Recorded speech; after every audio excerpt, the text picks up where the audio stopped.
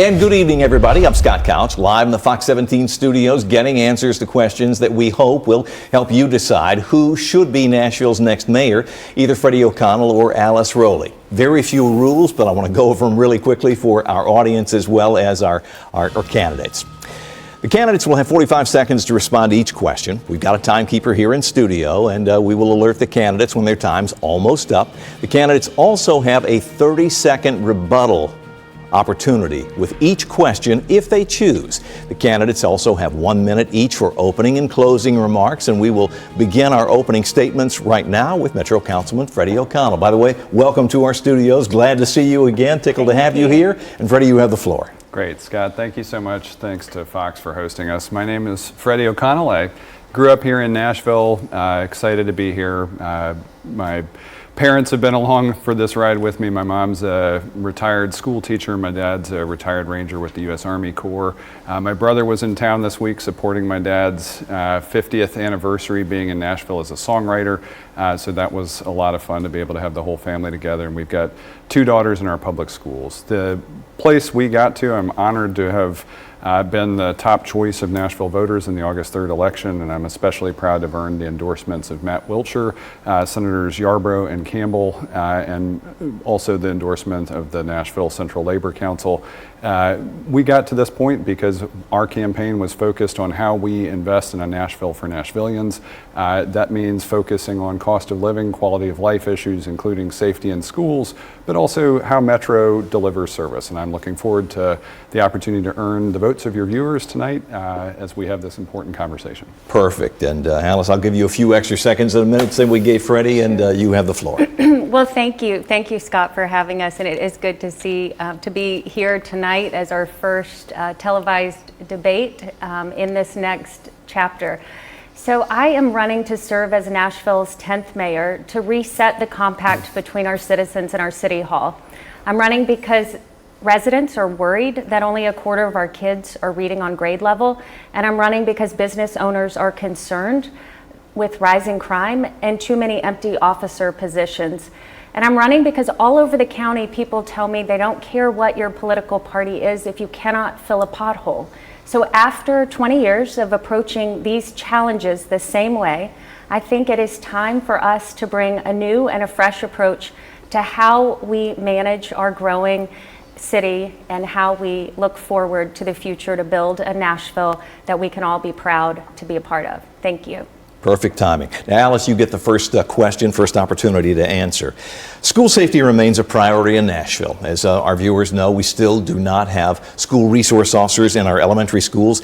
If elected, what would you do to help Metro Police increase their numbers so that would be possible? And what will you do to encourage Metro school leaders to fully embrace the idea of an SRO in each elementary school? Well, thank you, Scott, for that question. And we have actually, for nearly 3 years, through the Professional Educators of Tennessee, brought legislation up at the state level to fully fund an SRO in every school across the state. This year, that was passed, and our city was the beneficiary of about $9 million. Unfortunately, our schools have decided that we are not ready for SROs in all of our schools and in our elementary schools. And so we've returned $5.25 million that the state made available for us to protect our most vulnerable students. So I have already called on the school board to act to make sure we can't fail if we don't even put out a help wanted sign. We have folks that can help our kids. Thank you. Freddie, same question, unless you have a rebuttal beforehand. No, I don't. I think this is a great question. It's the most important question that a mayor will confront. The top job of a mayor is to make sure that the citizens of the city are safe, and one of the things that we know that's important about that is making sure we listen to how people want to be kept safe. So our daughter is in an elementary school, and I will say we have had conversations as a school community and worked with the district and worked with MNPD, and I think that's exactly how it should work. I think I will say I know many Nashvillians are frustrated with the idea of state mandates and state policies coming in to steamroll what the preferences of Nashvillians are. It's fully appropriate appropriate for individual schools, school leaders, PTOs, PTSOs, to work hand in hand with Metro Police to make sure that the training, any of the security protocols that are there. Our daughters, unfortunately, have been through multiple lockdown scenarios. We're going to have to leave it there, unfortunately. Yep. Alice, any rebuttal before we move on to the next question? Yeah, I would like for our viewers to know that I was honored that last week Fran Bush, a former member of the Metro Nashville Public School Board, joined my campaign team, and she is uniquely brave in advocating for the needs of parents and doing it in a way that she did really remarkably to both reopen our schools and to listen and make sure that the voices of parents are part of these conversations, and that is how we will approach our work. All right, perfect timing. All right, Freddie, second question. You get the first opportunity for this one. They say that mayors, if they don't do anything else, have to get three basic things right. And you guys know what they are, I think. First of all, you got to get schools right. You have to get police protection where people feel that they are protected. You also have to get trash pickup right. Despite some new contracts after a very large metro carrier went bankrupt, there continue to be, every month, according to Hub Nashville, roughly 5,000 complaints about trash pickup. So as mayor, I'm asking, what is your plan to improve this basic city service? Scott, this is actually one of the things that drew me into the race in the first place, is effective metro service delivery. Many of your viewers will know that when the city couldn't pick up our trash as a government, I went out and did it myself as a council member because I didn't think it was appropriate that, especially in the wake of a large property tax rate increase, we couldn't offer basic services. So I literally got a truck, went around to my constituents' homes and picked up recycling because the system wasn't broken, just our ability to deliver was. Right now we have our solid waste being handled out of the Metro Water Department. Several weeks ago I released a list of 15 fixes that are up on our website, readyforfreddie.com. You can go look at that, and one of the things I'm trying to do is make sure we have a stable, predictable model for solid waste that comes right out of our water department. Perfect time. Alice, same question, unless you want to rebut something Freddie said beforehand. Well, so my experience has primarily been managing rapidly growing companies. And one way to get ahead of challenges is to recognize that the problem with trash and our overall waste management of the region is not going away. That means first writing and considering contracts that we have the ability to have a secondary provider if there's a failure in one of our providers. That means operating with an intensity that when we see gaps in our performance, that we name it and that we own it. And that also means working with our regional mayors. We know that the landfill where most of Nashville's trash is sent is filling up rapidly, and we've got to start to plan for the next phase of growth. All right, perfect timing. Any rebuttal, Freddie, before we move on? All right, thanks. Perfect. All right, guys, more questions and answers in our Fox 17 News Town Hall Mayoral Debate coming up after this short timeout. We'll be right back. Will commit celebrity.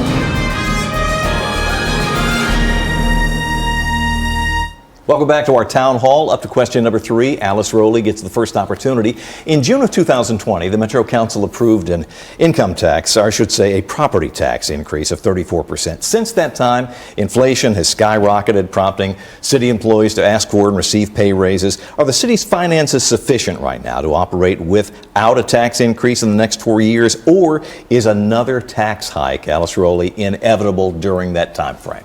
Well, I think, Scott, that is a very important question to ask our voters and our listeners. I approach government differently than how City Hall has been run for the last couple of decades. And I believe, actually working with multiple experts around metro, municipal, and state finance, and have made a pledge to not raise property taxes. When we are bringing online nearly $5 billion of additional value in our city each year, when we are operating as an open city that welcomes the tourism business, we can make our finances work and we can live within our means without a tax increase. Perfect timing. Freddie, any rebuttal before you take your time in principle? No. Okay, you have 45 seconds. Sure, great, thanks. I think this is this is how we figure out how we govern responsibly. Taking pledges is not a statement of fiscal responsibility. Governing requires that you look not just at the tax side, but also at how you're going to invest. And we can't know until we get through our next assessment cycle. Have property values gone up, allowing us to keep the property tax rate low? I will say I'm proud of having submitted a substitute budget with the lowest property tax rate increase of any council member, including my colleague Councilmember Glover last term. But we've been here before. We know that when no new taxes were announced in the state of Metro, what immediately followed was a fiscal crisis that we have just climbed our way back out of, that included fire sale of Metro assets, that included abandoning a 3-year pay plan for Metro employees, including first responders. And I will say, I, for one, do not want to live through that again.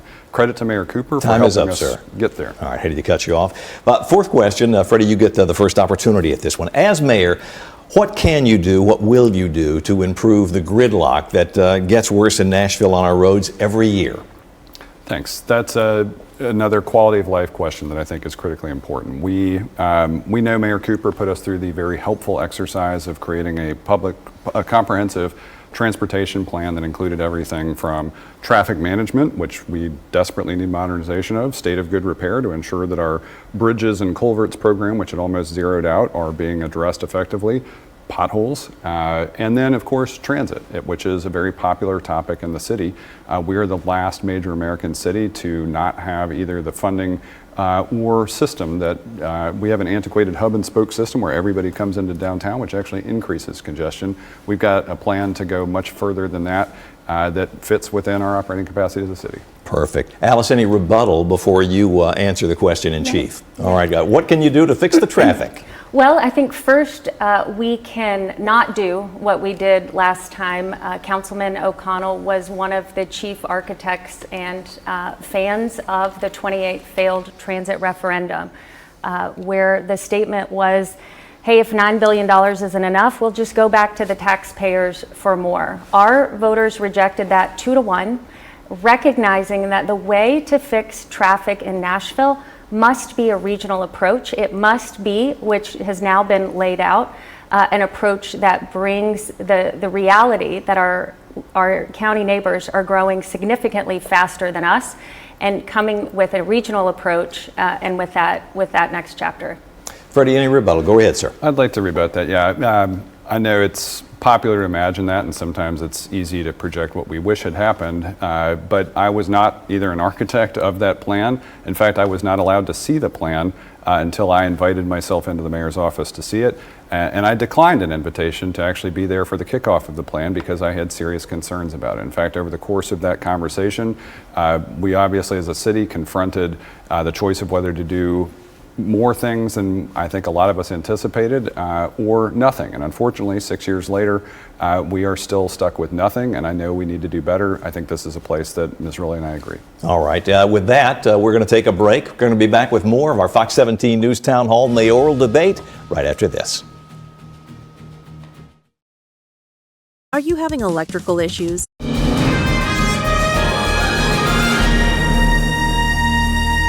Welcome back. Up to question 5. Alice Rolli, you get the first opportunity. There's no arguing that crime in our downtown entertainment district is a growing problem. Metro Police have added dedicated officers Thursday through Sunday in that area. Some downtown merchants, however, say we need that commitment 7 days a week. What will you do as mayor to increase safety for both our locals as well as our visitors? Well, rising crime is one of the big challenges as we move from the Nashville that I grew up in to the Nashville of the future, but I don't think that it has to be. I think that it takes a reset in the attitude at the top. It takes recognizing that we need the best police officers to be recruited, trained, and allowed to do their job here. And that means supporting Chief Drake and also supporting Frontline with the tools and equipment that they need. It also means holding our district attorney accountable when we are not prosecuting crimes that are being committed.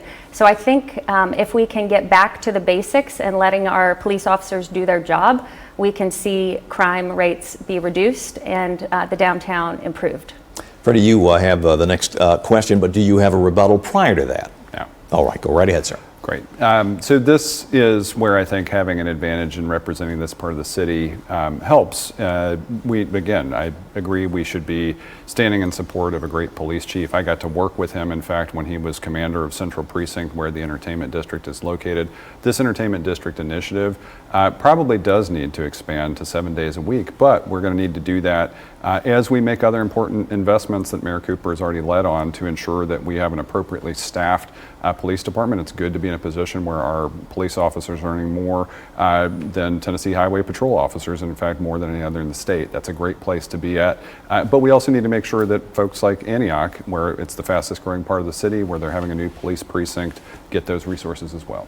Up to question 6, and Freddie, you get to answer this one first. The city will soon open its very first permanent housing facility for Nashville's homeless. We've talked about it on the news a great deal. The plan is to offer wraparound services, and by that I mean addiction treatment, mental health services. To be clear, this facility will be filled to capacity the day it opens. What is your plan to expand that mission? So this is where I think working with the resources that we've had, Mayor Cooper, again, led on an unprecedented investment, the likes of which we've never seen, making use of one-time federal money through the American Rescue Plan Act. I couldn't be prouder after the bittersweet moment of saying goodbye to Charlie Strobel, Father Strobel, whose soup kitchens I used to work in when I was a teenager, on Friday at First Horizon Park with so many amazing Nashvillians. Mayor Cooper announced this week that this facility will bear Father Strobel's name. We do have, under that $50 million investment, the opportunity to partner with private sector folks to get more permanent supportive housing units online, as well as additional temporary housing and more wraparound services. I helped create the new standalone Office of Homeless Services. Alice, any rebuttal prior to your answering the question in chief? You have the floor. Well, we do need to continue to invest in needed housing. I think we've got to let that $50 million work through. And then we've also got to make sure that we are accountable to getting the most housing for the most people available as quickly as possible. We also need to work with our partners at the state, because issues like mental health and drug addiction are not a Davidson County issue alone. I do believe that we will see in this next session significant funding for additional mental health treatment beds, whether or not you're a person experiencing homelessness or a person who is having a mental health challenge. Tennessee today does not have enough mental health beds. We have about 500 in the state of 7 million people. We hear this from neighbors all the time. They're having to go out of state to get those beds and those treatments. So let's advocate smartly for Nashville, but also for the state with those additional beds. Guys, we have time for one short question, and you will have each 30 seconds to respond to that, so a little different than the norm. The current administration is challenging the governor and the state legislature over control of the Metro Airport Authority, which receives no money from Metro government. As mayor, will you continue to expand that fight or walk away from that litigation? And Alice, you get to go first.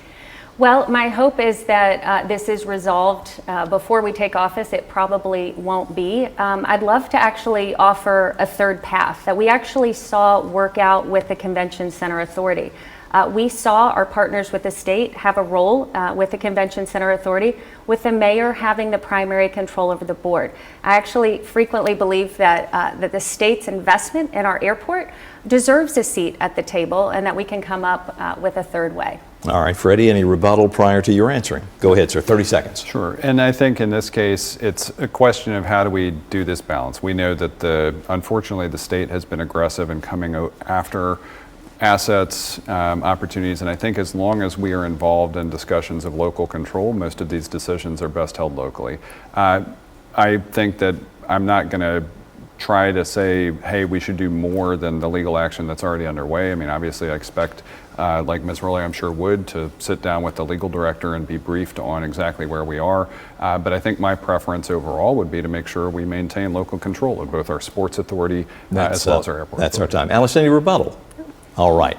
We will be back with closing statements right after this. Our time is going quickly.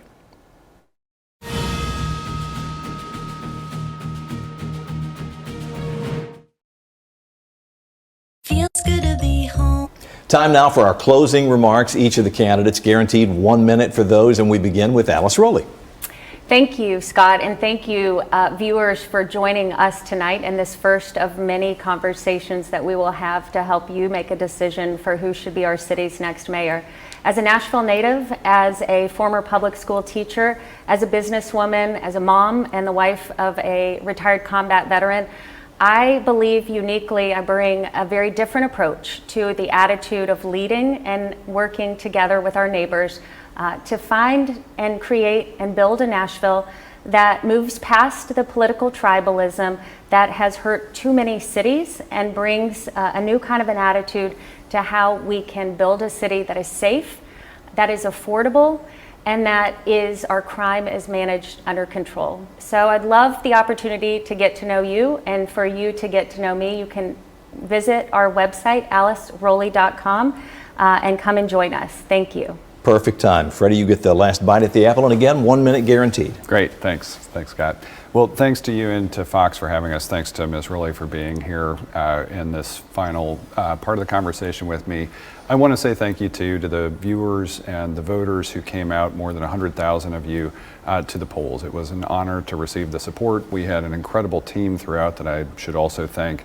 And that team was working year-round on a project to make sure that as we tackle cost of living issues, as we tackle quality of life issues, and that we try to make Metro deliver more for you on a more cost-effective basis as we keep people safe, give people incredible educational opportunities, and give people affordable places to live as we're offering great jobs. The reason we're doing that is because I kept hearing something that was tough for me as somebody who grew up here, that people were thinking about leaving. And my hope is that as we conclude this conversation, I get to say to you again, I want you to stay, because it is what I hope to do as mayor. Thank you both for your time. You've been gracious, and on behalf of my colleagues, I want to thank you for coming.